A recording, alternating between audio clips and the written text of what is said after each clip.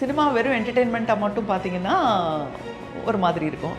இல்லை சினிமாவை பார்த்து ஆட்சியே அமைக்கலாம் அப்படின்னு நீங்கள் நினச்சிங்கன்னா அது வேறு மாதிரி இருக்கும். இப்போ இருக்கிற சினிமா ஆட்சி அமைக்கிற அளவுக்கே இருக்கே. சினிமா தான் ஆட்சி அமைக்க வைக்குது அப்படின்னு சொன்னீங்க.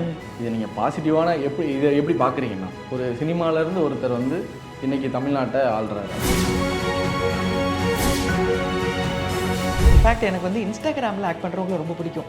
ஓகே. நிறையா பார்ப்பேன். அவங்களெல்லாம் நோட் பண்ணி வச்சு எப்படியாவது மெட்ராஸ் டாக்கீஸில் அவங்களெல்லாம் நடிக்க வைக்கணும் அப்படிங்கிறது என்னுடைய ஆசை. அப்பப்போ சொல்லிகிட்டே இருப்பேன் நான். அவங்களுக்கு ஒரு டைரக்டர் இல்லை, ஒரு ஸ்கிரிப்ட் இல்லை. அது இல்லாமே அவங்களால பெர்ஃபார்ம் பண்ண முடியும் போது நல்ல டைரக்டரும் நல்ல ஸ்கிரிப்டரும் தான் இன்னுமே நல்லா பண்ணுவாங்க. நான் மணிகிட்டேருந்து கற்றுக்கிட்டது என்னென்னா, அவர் எழுதின பெஸ்ட்டு சீன்ஸ் எல்லாம் நீங்கள் படத்தில் பார்த்துருப்பீங்கன்னு நினைப்பீங்க. இல்லை, குப்பத்தொட்டிக்குள்ளே நிறையா பேருக்கு பெஸ்ட் சீன்ஸ் எல்லாம் கிழிச்சு குப்பத்தொட்டியில் போட்டதை நான் பார்த்துருக்கேன். தில்சேல நான் அவரோட சண்டை போட்டிருப்பேன், நிறைய டைலாக் இருக்குது குறைங்கன்னு. ஸோ அப்படி இல்லை, ஒரு மனுஷனை வந்து நீங்கள் அப்படி ஒரு சின்ன பாக்ஸ்குள்ளே போட முடியாது. சுஹாசினினா நிறையா பேசுவாங்க, மணின்னா கொஞ்சமாக பேசுவார், இதெல்லாம் கிடையாது. சில சமயம் மணி நிறையா பேசுவார், சில சமயம் சுஹாசினி வாயை திறக்க மாட்டாங்க. யாரையுமே நீ உன் குடும்பத்தில் என்னாச்சு, உன் பையன் என்ன பண்ணுறான், உன்னோட பொண்ணுக்கு கல்யாணம் ஆச்சா, எத்தனை கேட்டாங்க அவங்க, இந்த மாதிரி பர்சனல் விஷயம் யாருமே பேசுறதில்ல. நாகேஷ் சார் என்ன பண்ணார், கமல் சார் என்ன பண்ணார், ரஜினி சார் என்ன ஒரு படத்தில் பண்ணார் அப்படிங்கிறது அந்த இது நான் பார்த்துருக்கேன். இந்த ஜென்ரேஷனில் உட்காந்து புதுசாக பிஎம்டபிள்யூவில் ஒரு மாடல் வந்திருக்கு, அது வாங்கலாமான்னு தான் பேசுகிறாங்க. இல்லை ஐஃபோனில் something else is coming up. எல்லாமே ஒரு ஒரு புதுசாக ஒன்றை வாங்கணும், மெட்டீரியலிஸ்டிக்காக ஒன்றை வாங்கணும் தான். அவங்கள நான் குறை சொல்லலை, அவங்களுக்குள்ள டாபிக் அப்படி தான் இருக்குது. அடுத்தது விஜய் சேதுபதி அண்டு சாய் பல்லவி ஓட ஃபிலிம் தான் அது. இப்போ ஷூட்டிங் ஏதாவது சின்னதாக சொல்லலாமா? தமிழகம் எங்கும் கிளைகள் கொண்ட Annamal institute of hotel management and hospital management படிப்பில் சேர்வதற்கான அட்மிஷன் நடைபெறுகிறது. மேம் சுஹாசினி மேம், வணக்கம் மேம். வணக்கம் வணக்கம். எப்படி இருக்கீங்க மேம்? நல்லா இருக்கேன். நிறைய விஷயங்கள் பேசணும் மேம். சினிமா பற்றி பேசணும். உங்கள்கிட்ட ஒரு ரைட்டராக உங்கள்கிட்ட இருந்து சில விஷயங்கள் நான் தெரிஞ்சுக்கணும்னு நினைக்கிறேன். ஆக்டராக சில விஷயங்கள் தெரிஞ்சுக்கணும்னு நினைக்கிறேன். ஃபஸ்ட்டு இப்போ இருக்கிற சினிமா எப்படி இருக்குது, எவ்வளோ ஹெல்த்தியாக இருக்குது? இது எப்படின்னா, நேற்று பிறந்த குழந்தை ஹெல்த்தியாக இருக்கா, இல்லை 30 வருஷத்துக்கு முன்னாடி பிறந்த குழந்தை ஹெல்த்தியாக இருக்கான்னு அவங்க அப்பா அம்மா எப்படி வளர்க்குறாங்களோ அப்படி தான் இருக்கும். ஆடியன்ஸு நீங்கள் எப்படி பார்க்குறீங்களோ அதுதான். சினிமா வெறும் என்டர்டெயின்மெண்ட்டாக மட்டும் பார்த்தீங்கன்னா ஒரு மாதிரி இருக்கும். இல்லை சினிமாவை பார்த்து ஆட்சியே அமைக்கலாம் அப்படின்னு நீங்கள் நினச்சிங்கன்னா அது வேறு மாதிரி இருக்கும். இல்லை சினிமாவிலேருந்து நிறையா விஷயம் கற்றுக்கலாம் அப்படின்னா வேறு மாதிரி இருக்கும். இப்போ இருக்கிற சினிமா ஆட்சி அமைக்கிற அளவுக்கே இருக்கே, அப்புறம் ஹெல்த்தியாக இல்லாமல் வேறு எப்படி? ஒரு ரைட்டர்ன்றது நான் நிறைய பேர்ட்ட கேட்டிருக்கேன். ரைட்டர்ஸ்ட்டை பேசும்போது உங்களுக்கு வேலை இருக்கோ இல்லையோ டெய்லி ஒரு வெள்ளை பேப்பரை போய் சந்திங்க, அதில் ஏதாவது எழுதுங்க அப்படின்றத சொல்லுவாங்க. நீங்கள் கடைசியாக வந்து புது காலை பண்ணியிருந்தீங்கன்னு நினைக்கிறேன். ஸோ அதுக்கப்புறம் நீங்கள் டைரக்ஷன் பண்ணல. பட் இந்த ஒரு மீன் டைமில் நீங்கள் அந்த பேப்பரை போய் சந்திச்சுக்கிட்டே இருப்பீங்களா? ஆமாம், சந்திச்சுட்டே இருப்போம்.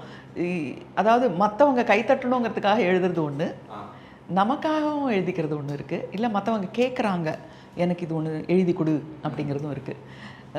மனோபாலா இருக்கார் இல்லையா, அவர்கிட்ட நான் வந்து ஒரு சர்வே மாதிரி எடுத்தேன். எப்படின்னா, என்னோடய குணாதிசயங்களை பற்றி ஒரு கோர்ஸில், அதாவது கிட்டத்தட்ட ஒரு சைக்கியாட்ரிஸ்ட் கேள்வி கேட்குற மாதிரி.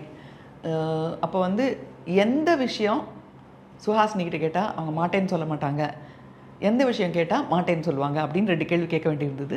க்ளோஸ் ஃப்ரெண்டில் அவர்கிட்ட தான் கேட்டேன். அவர் ஃபஸ்ட்டு சொன்னது என்னென்னா, எனக்கு ஒன்று எழுதித்தா அப்படின்னு சொன்னால் சுஹாசினி மாட்டேன்னு சொல்ல மாட்டாங்கன்னு. அப்போ தான் எனக்கு என்னோடய பொறுப்பே தெரிஞ்சிச்சு.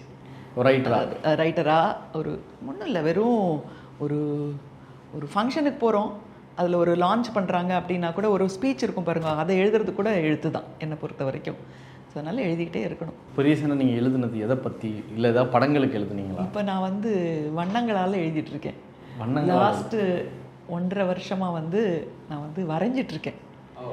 ஸோ இத்தனை வருஷம் பண்ணாதது, சின்ன வயசில் பண்ணது, இப்போ வந்து டிஜிட்டல் ஆர்ட்டில் என்னோடய உணர்ச்சிகள் எல்லாம் மாற்றி எழுதிட்டுருக்கேன். அதில் ஒளி எப்படி வருது, அந்த ஒளி ஒரு ஆப்ஜெக்ட் மேலே எப்படி படுது அப்படிங்கிறத எழுத்துக்கு முன்னாடி இருந்த ஓவியத்துக்கு போயிருக்கேன். நீங்கள் ஆக்சுவலி ஸ்டார்ட் பண்ண நீங்கள் கேமரா அசிஸ்டண்ட்டாகவும் ஒர்க் பண்ணியிருக்கேன். இப்போ நீங்கள் இந்த வண்ணங்கள்னு சொல்லியிருந்தீங்க, டிராயிங்கும், ஏன்னா ரெண்டையுமே ஒரு விதத்தில் ஜாயின் பண்ணுவாங்கள்ல உங்களுக்கு? அது நிச்சயமாக நீங்கள் ஒரு 10 புஸ்தகத்தை நீங்கள் தூக்கி போடுங்க, நான் ஃபிசிக்ஸை தான் எடுப்பேன் என்ன அறியாமல். ஏன்னா அதுதான் நான் என்னோடய மேஜர். அதே மாதிரி நீங்கள் சினிமாவில் என்னென்னவோ தூக்கி போட்டாலும் அதில் சினிமாட்டோகிராஃபி எங்கே இருக்குன்றதை நான் தேடுவேன். அதுதான் வந்து மனித இயல்பு, அது விட்டு போகாது. ஒரு கோ ரைட்டராக நீங்கள் ஒர்க் பண்ணும்போது தான் உங்கள்கிட்ட இருக்கிற மைனஸும் தெரியும், உங்கள்கிட்ட இருக்கிற ப்ளஸ்ஸும் தெரியுன்றதை சொல்லுவாங்க.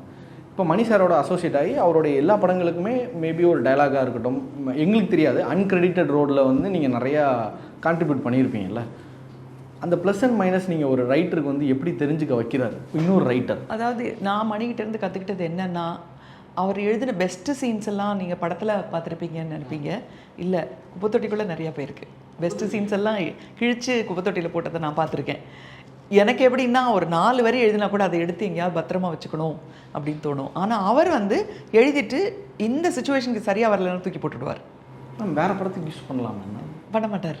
அப்போ புதுசாக தான் அந்த கேரக்டருக்கு அதுக்காக தான் யூஸ் பண்ணுவார். அதுதான் பாருங்கள், அதை வந்து பழைய நகையை வந்து அப்படி பாலிஷ் பண்ணி வேறு மாதிரி யூஸ் பண்ண மாட்டார். முதல்லேருந்து தங்கத்தை உருக்கி முதல்லேருந்து பண்ணணும், அப்போ தான் அந்த படத்துக்கு சரியாக வரும் அப்படின்னு இருப்பார்.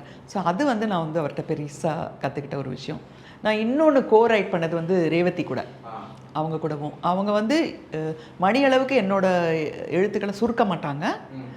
மணி வந்து நான் ஒரு 10 பேஜ் எழுதினேன்னா அதில் 2 பேஜ் எடுத்துக்கிட்டாலே பெரிய விஷயம்.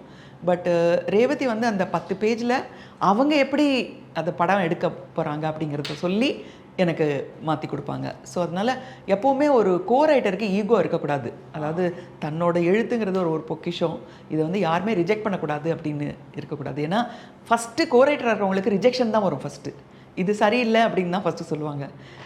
சரியாக இருக்கிறது எப்போவாக தான் வரும். ஸோ அதை ஏற்றுக்கிற ஒரு பக்குவம் வந்து ரைட்டருக்கு வேணும். ஒரு சின்ன எக்ஸாம்பிள் சொல்கிறேன். ரோஜாவில் தான் நான் ஃபஸ்ட்டு சீன் எழுதினேன்.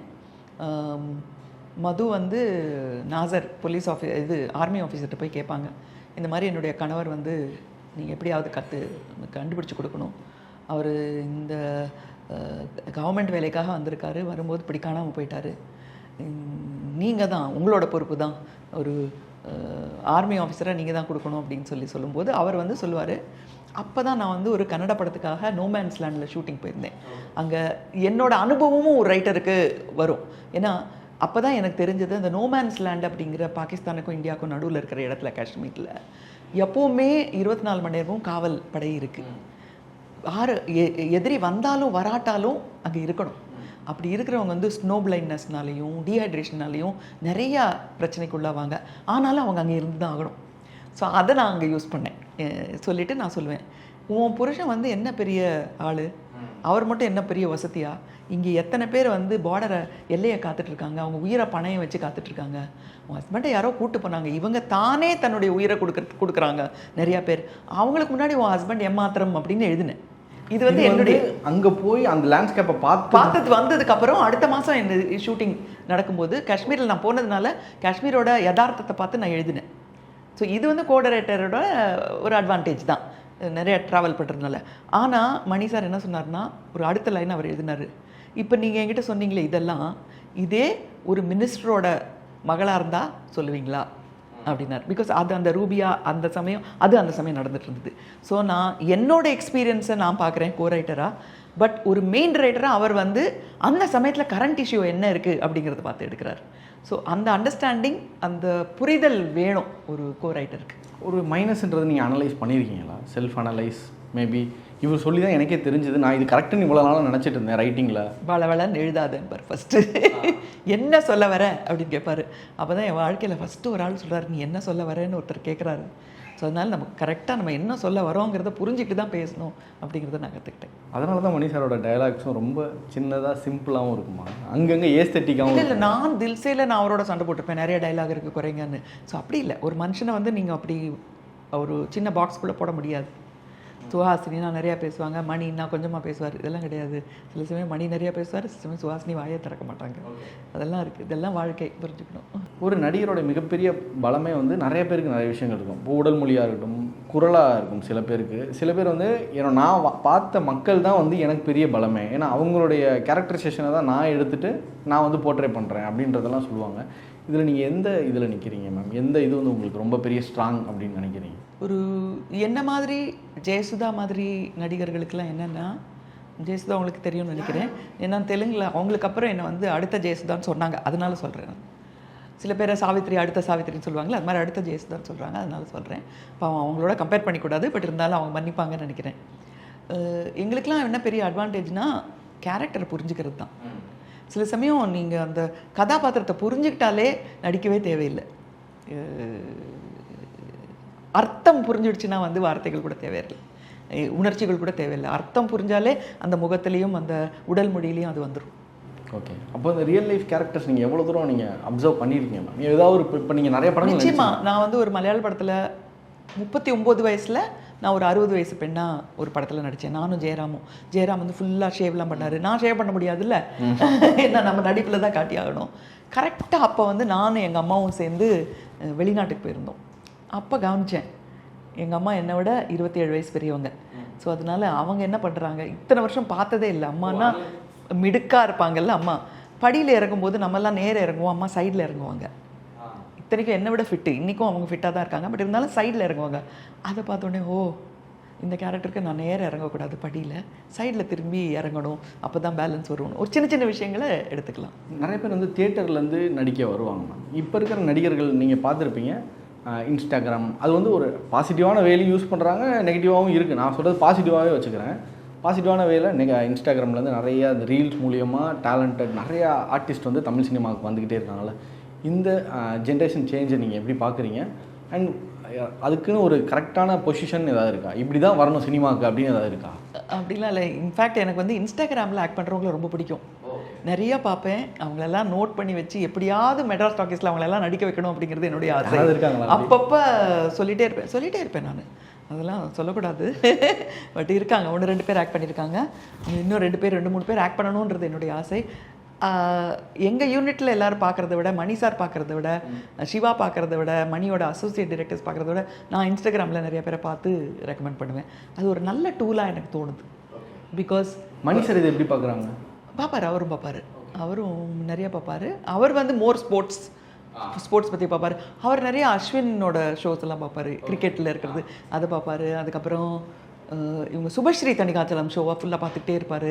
அதெல்லாம் அவருக்கு ரொம்ப பிடிக்கும். ஸோ அந்த மாதிரி அவருக்கு ஒரு 4-5 ஃபேவரட் இருக்காங்க. அதுக்கப்புறம் எல்லாம் இன்ஸ்டாகிராமில் வந்து அவருக்கு அக்கௌண்ட்டு கிடையாது, ஆனால் அவர் பார்க்குறதெல்லாம் வந்து ஸ்போர்ட்ஸ் பீப்புளை தான் பார்ப்பார். அதுதான் அவர் ஃபாலோ பண்ணுவார். பட் நான் தான் இதை நிறையா பார்த்து அவருக்கு சொல்லுவேன். எனக்கு என்ன அட்வான்டேஜாக தெரியுதுன்னா, இன்ஸ்டாகிராமில் ரீல்ஸில் இருக்கிறவங்களோடது என்ன அட்வான்டேஜாக தெரியுதுன்னா, அவங்களுக்கு ஒரு டைரக்டர் இல்லை, ஒரு ஸ்கிரிப்ட் இல்லை. அது இல்லாமே அவங்களால பெர்ஃபார்ம் பண்ண முடியும் போது, நல்ல டைரக்டரும் நல்ல ஸ்கிரிப்டரும் தான் இன்னுமே நல்லா பண்ணுவாங்க. தன்னோட ப்ளஸ் பாயிண்ட்ஸ் என்னங்கிறத கரெக்டாக புரிஞ்சுட்டு அந்த ரேஞ்சிலேயே நல்லா பண்ணுறாங்க அவங்க. அது எனக்கு ரொம்ப பிடிக்கும். ஆக்சுவலாக இப்போ வந்து நிறைய பேர் அந்த சீரீஸ் எபிசோட்ஸ் இதெல்லாம் பற்றி பயங்கரமாக பேசுகிறாங்க. பட் நீங்கள் ஒரு 30 இயர்ஸ்க்கு முன்னாடியே நீங்கள் அதை பண்ணிட்டீங்க, பெண் மூலியமாக பண்ணியிருந்தீங்க. எபிசோடாக அந்த சீரீஸ்லாம் அந்த டைமில் நீங்கள் பண்ணிட்டீங்களா? அது எப்படி மேம்? ஒரு சின்ன லாஸ் எனக்கு ஆயிடுச்சு அப்படின்னு தோணுது. ஏன்னா நான் டெலிவிஷனில் வந்து சினிமாவில் சொல்ல முடியாத கதைகள் எல்லாம் சொல்லணும்னு பார்த்தேன். ஆனால் சினிமாவில் கூட சொல்லக்கூடாத கதைகள்லாம் வந்துடுச்சு அப்புறமா. ஏன்னா மாமியார் மருமகள், அதுக்கப்புறம் விஷம் வைக்கிறது, சொத்துக்காக ஒருத்தர் கொலை பண்ணுறது, அந்த மாதிரி டெலிவிஷனில் வந்ததுனால ரொம்ப நாளைக்கு டெலிவிஷனில் என்னால் நீடிக்க முடியல. பட் நாங்கள் 1990லேயும் 89லேயும் ஓடிடி பிளாட்ஃபார்ம் வந்திருந்தால் நிச்சயமாக நான் வந்து ஓடிடி பிளாட்ஃபார்மோட டைரக்டராக இன்றைக்கி வரைக்கும் இருந்திருப்பேன்னு நினைக்கிறேன். ஒரு டிசல்யூஷன்மெண்ட், ஒரு ஏமாற்றம் எனக்கு டெலிவிஷன்கிற மீடியாவில் வந்துடுச்சு. ஒரு 2000ல் இல்லை 95ல் வந்துடுச்சு. ஒரு இந்த ஓடிடி பிளாட்ஃபார்ம் மட்டும் கொஞ்சம் முன்னாடி வந்திருந்தா இன்னும் நிறையா நல்ல கதைகள் சொல்லியிருக்கலாமே அப்படிங்கிற ஒரு ஆதங்கம் எனக்கு உண்டு. மேம், பொதுவாக நிறைய உங்களுடைய ஸ்டார்ட் பண்ண நிறைய நடிகைகள் நம்ம எல்லாருமே பார்த்துட்டே வரோம். எல்லாருமே ஒவ்வொரு இடமா அந்த மந்தையிலிருந்து பிரிந்த ஆடுகள் மாதிரி எல்லாரும் ஒவ்வொரு இடத்துல போய் ஒவ்வொரு இண்டஸ்ட்ரியில் கலக்குன்னு கலக்கிட்டு இருக்காங்க. ஒருத்தவங்க கேரக்டர் ஆர்டிஸ்ட்டாக இருப்பாங்க, ஒருத்தர் மேபி டேரக்டராக இருப்பாங்க. இப்போ ரேவதி மேம் வந்து நீங்கள் சொன்னீங்க, இப்போ டேரக்டராகவும் அவங்க பண்ணிட்டுருக்காங்க. இப்படின்னு சொல்லி ஒவ்வொருத்தவங்க ஒவ்வொரு இடத்துல இருக்காங்க. பட் திடீர்னு ஒரு படத்தில் வந்து அசைன் ஆகும்போது, ஏன்னா இப்போ சாருக்கு ஏசி எடுத்துக்கிட்டால் சத்யராஜ் சார் கூட இருக்காங்க, விஜய் மகேந்திரன் சார் இருக்காங்க, தலைவாசல் விஜய் இருக்காங்க. ஸோ இவங்க எல்லாம் வரும்போது ஒரு ரீயூனியன் மாதிரி உங்களுக்கு ஒரு ஃபீல் ஆகுமா? டெஃபினட்டாக ஆகும். முக்கியமாக டைரக்டர்.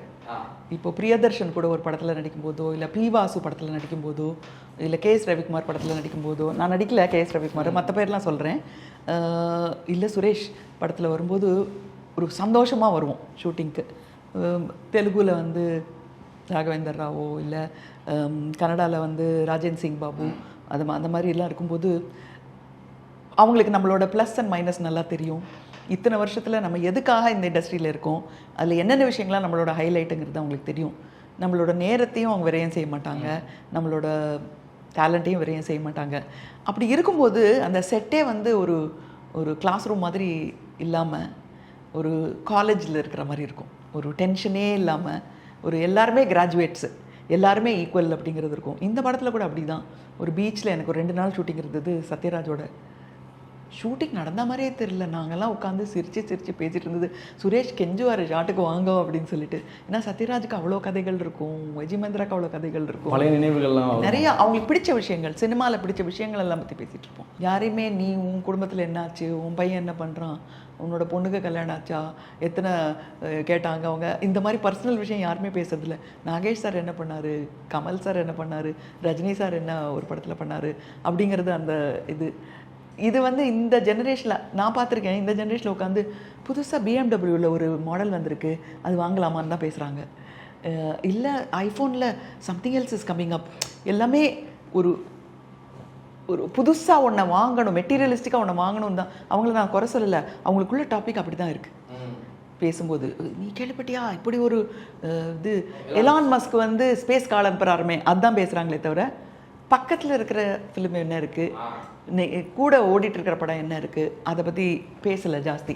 பட் இந்த மாதிரி ஒரு ரீயூனியனாக இருக்கும்போது நீ உன் ஃபேமிலி எப்படி இருக்குது அப்படின்றது இல்லை, நீ எந்த பொலிட்டிக்கல் பார்ட்டியில் இருக்க அப்படிங்கிறது இல்லை, நீ சினிமா தான். சினிமாவில் நீ என்ஜாய் பண்ண விஷயம் என்ன இப்போ கூட ஒரு இன்டர்வியூவில் பேசும்போது நஸ்ருதீன் ஷா என்கிட்ட என்ன சொன்னாருங்கிறத நான் பகிர்ந்துக்கிறேன். ஸோ இந்த மாதிரி ஒரு ஷேரிங் இருக்கிறது வந்து ரொம்ப சந்தோஷமாக இருக்குது. ரீல்ஸ் நீங்கள் சொன்னீங்கல்ல மேம், இன்ஸ்டாவில் பார்ப்பீங்கன்னு, அதில் கூட நிறைய பேர் அந்த படத்தில் அந்த டேரக்டர் யோசித்ததை வந்து மேபி ஆடியன்ஸ்க்கு பெருசாக ரீச் ஆகிருக்காது, ஆனால் அதை வந்து அவங்க இதை வச்சு தான் பண்ணியிருக்காங்கன்னு சொல்லி டீகோட் பண்ணி நிறைய வீடியோஸ் வருதுல்ல மேம். அதெல்லாம் நீங்கள் ஏன்னா மணி சாரோட எழுத்துக்களை வந்து அவ்வளோ பேர் வந்து டார்கெட் பண்ணி நோட் பண்ணி அவர் ஏன் தெரியுமா இந்த சீனை வச்சாரு அலைப்பாய்தல் அப்படின்னு சொல்லி பல விஷயங்கள் வரும்ல. இதை பார்க்கும்போது இதுவும் உங்களுக்கு ஆச்சரியமாக தானே இருக்கும். இல்லை அது அவங்க சில சமயம் டீகோட் பண்ணுறதெல்லாம் கரெக்டாக இருக்கும்னு சொல்லாது தோணாது. பட் சில சீன்ஸ்லாம் இப்போ ஓகே கண்மணிலேருந்து ஒரு சீனாக எடுத்து போடும்போது இன்னும் இவ்வளோ இன்ட்ரெஸ்டிங்கான சினிமாவுக்கு இவ்வளோ சப்பையான ஒரு கிளைமேக்ஸ் அப்படின்னு அந்த டைலாக் அந்த சீனை மட்டும் போடும்போது ஆஹா இது நம்ம தானே கிரியேட் பண்ணோம், நம்ம கம்பெனியில் கிரியேட் பண்ணோம், படம் பார்க்கும்போது நமக்கு தெரியல, பட் ரீலாக வரும்போது நல்லா இருக்கே அப்படின்றதெல்லாம் இருக்கும். பட் அந்த அனாலிசிஸ் வந்து அவங்களோடது. அதுக்கு வந்து அக்ரி பண்ணுறது டிஸ்அக்ரி பண்ணுறது இட்ஸ் நாட் இம்பார்ட்டன்ட். பட் அதை எடுத்து போடும்போது அது வேறு ஒரு ஆங்கிளில் பார்க்குறது போது ஒரு மாதிரி வித்தியாசமாக இருக்கும். லாஸ்ட் கொஸ்டின் மேம், நீங்கள் ஸ்டார்ட் பண்ணும்போது சினிமா எப்படி இருக்குன்னு கேட்டேன். சினிமா தான் ஆட்சி அமைக்க வைக்குது அப்படின்னு சொன்னீங்க. இதை நீங்கள் பாசிட்டிவான இதை எப்படி பார்க்குறீங்க மேம்? ஒரு சினிமாவிலேருந்து ஒருத்தர் வந்து இன்றைக்கி தமிழ்நாட்டை ஆள்றாரு அப்படின்றது, நம்ம இண்டஸ்ட்ரியிலேருந்து ஒருத்தர் போயிருக்காரு அப்படிங்கிறப்போ ரொம்ப சந்தோஷமாக பெருமையாக தான் இருக்குது. ப்ளஸ் அவரை பற்றி எனக்கு தெரிஞ்ச விஷயம் என்னென்னா ஒர்க்கஹாலிக். ஸோ தமிழ்நாட்டுக்கு நிறைய வேலை தேவைப்படுது, ஒர்க்கஹாலிக் அங்கே இருக்கணும் அப்படிங்கிறது ஒரு பெரிய அட்வான்டேஜாக தான் இருக்குது. அஃப்கோர்ஸ் யங் பீப்புளுக்கு ஒரு ஒரு டப்புன்னு ஒரு ஸ்பார்க் மாதிரி ஒருத்தர் அவர் நடந்து வரும்போதெல்லாம் அவங்களுக்கு சந்தோஷமாக இருக்குது. விஷுவலாக everything is good so far. And நான் சொல்கிற மாதிரி அவர் ஒர்க்கஹாலிக். நாங்கள் எங்களோட படத்தில் ஒர்க் பண்ணியிருக்காரு, ஸோ அதனால தெரியும் எவ்வளோ சின்சியர் அதெல்லாம் தெரியும். ஸோ இதெல்லாம் வந்து ஸ்டேட்டுக்கு மட்டும் வந்து சேர்ந்துச்சுன்னா ரொம்ப நல்லாயிருக்கும். மெட்ராஸ் டாக்கீஸோட அடுத்தது விஜய் சேதுபதி அண்டு சாய் பல்லவி ஓட ஃபிலிம் தான் அது. ஷூட்டிங் ஏதாவது சின்னதாக சொல்லலாம்? Ready to start any time. Okay fine ma'am. நாங்கள் வந்து விஜய் சேதுபதி சார் ஆல்ரெடி செக்கச்சவந்த வானத்தில் பார்த்துருக்கோம். பட் இப்போ வந்து ஒரு ஃபுல் ஃப்ளெஜ்டு ஒரு படத்தில் வந்து, ஏன்னா அது மல்டி ஸ்டாரர், இப்போ வந்து அவர் மட்டும்தான் அப்படின்றப்போ அவர் இது வரைக்கும் பண்ணாத ஒரு ரோல் அது. இது வரைக்கும் இந்த மாதிரி ஒரு ரோல் பண்ணவே இல்லை. ஸோ அது மாதிரி thank you so much. Thank you. Tamilagam எங்கும் கிளைகள் கொண்ட Annamal institute of hotel management and hospital management படிப்பில் சேர்வதற்கான அட்மிஷன் நடைபெறுகிறது.